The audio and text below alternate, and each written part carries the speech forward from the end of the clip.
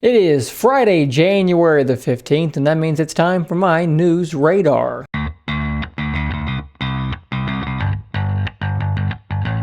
So we've talked about Windows 10X a couple of times on this channel in the past. If you don't know, Windows 10X is essentially Microsoft's attempt at stealing back the segment of the market that was taken from them by Chromebooks. Windows 10X will be much lighter weight versus full-fat Windows 10, so it's going to run much more quickly. It's going to have better battery life, quicker boot, quicker update, basically all the things that like Chrome OS purports to do for their devices. Now, we haven't gotten any good visuals just yet of what Windows 10X would look like until now. We actually have a leaked video here of what the OS, the desktop, I should say, of Windows 10X, what it will look like. And I'm actually shocked to the point of amusement at how similar to another OS it actually does look. So let's jump over to picture-in-picture. And what I'm going to do is I'm just going to play through the video here as it was posted. And it's going through sort of a setup here. And once it gets set up, you arrive at this desktop. And on that desktop, it's kind of hard to see whenever I pause it because all this stuff is over the top of it. But what you have is you have a series of icons here in the center, okay? You have a start menu, which is, they've kind of pulled it in the middle, but that's what that looks like. Looks strangely familiar to me. You have a settings thing, which looks like Windows 10 settings. You have a store. You have a web browser, some sort of another icon here that I'm not sure what that might be. That might be like some sort of like a multitasking button. And then on the corner where you have the time and so forth, you have a quick settings and notifications. All right. So that's a lot of Chrome OS stuff. So let's take a brief moment here. I have this Lenovo Chromebook Duet for those of you guys that aren't like Chrome OS aficionados. Let's do a quick comparison here. Okay, I reckon that's about as good as it's going to get. So let's start here back when you first get to the desktop. All right, so do you see any immediate similarities here between Windows 10X and Chrome OS? Well, you should, because it looks virtually identical. The color palette's different, but you have centered icons and a group of icons to the right. Okay, so then he hits the start button. You get this menu here that appears. Well, that's kind of like swiping up from the bottom on a Chromebook, and you get, oh, it's weird. You get a list of your apps there. You do get some recents on the Windows 10X versions. That's slightly different. All right, let's move on. Goes to settings, and yeah, okay. Look, the settings are settings. And the settings are a little different, so let's roll on past that. He launches a store. Okay, well, you've got the Play Store on Chrome OS, and I think that that's actually important to point out because Windows 10X does not have access to Win32 apps. So the only apps you're going to be running on Windows 10X are apps that are in the Microsoft Store. There are rumors that Android apps might be a thing on Windows 10X down the line. But for now, Chrome OS has the Play Store. Windows 10X has the Microsoft Store. Let's roll on. So he closes out of that, brings up a web browser. No need to really look at that. This one's pretty egregious too. Goes over to the right and pulls up the notifications. And on Chrome OS, what do you know? You have like literally the exact same thing. Quick settings with notifications in their own little space above that. It is damn near exactly the same. So this is an OS that is meant to recapture the Chrome OS market, and they're not really being like ashamed of this at all. They literally just made a Chromebook. I don't know that that's a bad thing. I mean, if this thing comes out and it's cheap, it runs well, you're going to have to get Android apps going. You're just going to have to, because there's just nothing in the Microsoft Store. It's not good. So if you can get Android apps working in some way, you've made a Chromebook. I would absolutely love to see what you guys think about this. I know a lot of you guys are big Microsoft people. A lot of you don't like Chromebooks. Well, Microsoft is making a Chromebook. So what do you make of this? I mean, you've got a device here, you know, in this Chromebook Duet that's inexpensive, that looks very similar to this, that already has access to way more apps than this will at launch, like 100 times more apps than it will at launch. What do you think about this? Let me know in those comments.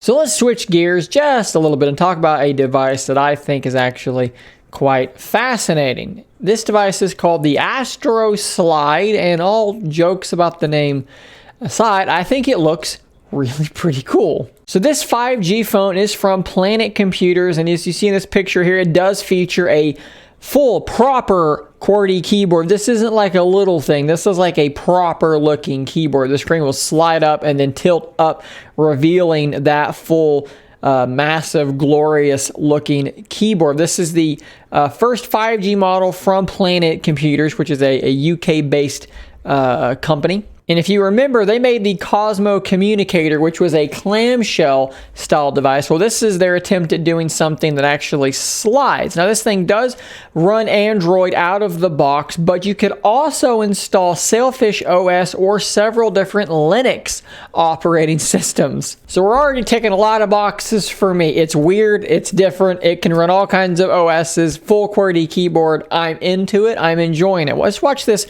little video that they have here on Vimeo and see what kind of cool stuff we've got going on here. Let's step it back here just a hair. So you've got 3 buttons there, maybe a power and then 2 volume. Maybe that's a camera button. Astro Slide, maybe not the greatest name in the world, but look at that. Come on. How cool is that? Full-size mechanical keyboard, and it really does look good. You've got arrow keys on there, guys. Like, come on. You can game on this thing. Bluetooth mouse on there, and you're gaming. You've got a shift, a control, you got a function, you got a full function key. It's backlit, it's a mechanical keyboard. And now, okay, so let's jump back here just a hair. You are running the Dimensity 1000 chip, which is a lower end chip, but MediaTek has come a long ways. This chip actually shouldn't concern you too much. This is probably pretty decent. It is an octa-core CPU and a 9-core GPU and a 6-core APU. So this thing's, on paper, it should be able to do pretty darn well. Dual 5G modem, Wi-Fi 6, Bluetooth 5.0. We're ticking a lot of boxes here on this. 48 megapixel rear camera. So maybe that is just the one camera. It's probably an LED flash there next to it, but 48 megapixel camera, perhaps is similar to the one used in a lot of OnePlus devices. This might be fine. 2 times USB-C and an audio jack, plus DisplayPort support. It has 2 USB-C ports. Why would you need that? Who knows? It's there, and you got a headphone jack. Look at that. Yeah, okay. All right.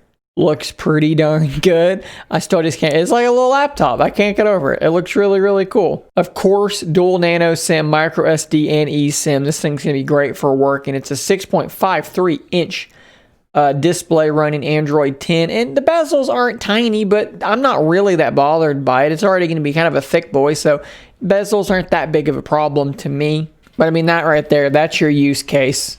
And if they can do some cool software stuff there, which it appears that they showed some kind of a little app switcher there, that's pretty neat. I don't necessarily love the super duper narrow screen in that kind of way, in that productivity kind of world. It reminds me of the Sony Vaio P, I believe was the name of it. That was the name of it. I mean, you know, it's cool. It reminds me a lot of that, but that narrow screen, better for media consumption necessarily than productivity, but having that keyboard has got to make a big difference there.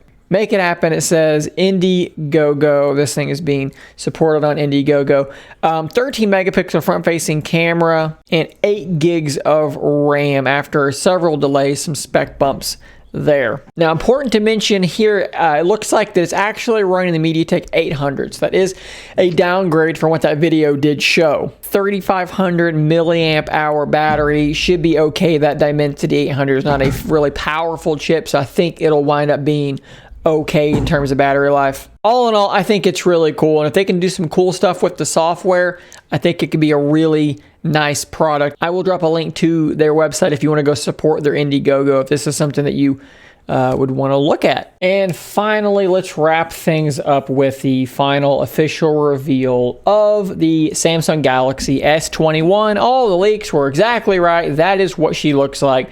And honestly, I think the S21 looks quite good. And yes, they are holding an S Pen next to that S21 because those leaks were correct. I think the really fascinating thing here is that we have the S21, the S21 Plus, and the S21 Ultra.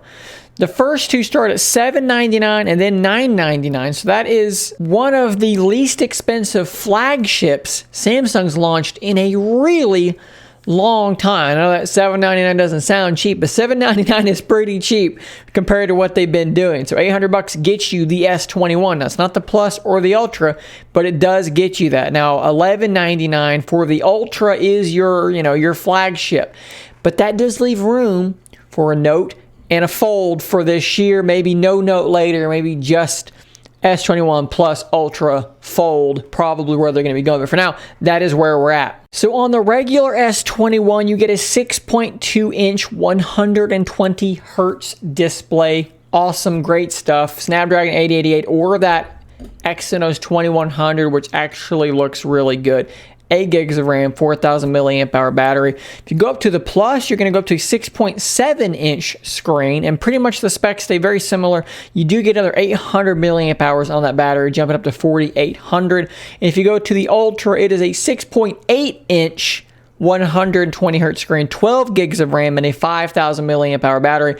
And you do get S Pen support on the S21 Ultra. On the camera side, the standard S21 or the S21 Plus, you're getting 12 megapixel main, 64 megapixel zoom, 12 megapixel ultra wide. On the Ultra, you get that 108 megapixel main, a 10 megapixel 3x, a 10 megapixel 10x telephoto, which is incredible, and a 12 megapixel ultra wide. If you're the camera fanatic, boy, that Ultra sure does look good. Having that 10x telephoto is really, really impressive. Now that 108 megapixel sensor is the next gen of the one Samsung introduced with the S20 Ultra in 2020. So hopefully, low light they're saying and focusing should be improved pretty dramatically. I know with that last gen one, focus hunting was a real problem. So guys, I'd love to know what you all think of the new line of Samsung phones. What do you think of the appearance? Personally, I think they look better than last year. The specs look good and the price looks pretty solid actually. So what do you guys think about these S21s? Let me know in the comments down below. So guys, that's all I have for you on this News Radar. Be sure to check back every Monday, Wednesday, and Friday for the next News Radar. And until next time, stay nerdy, my friends.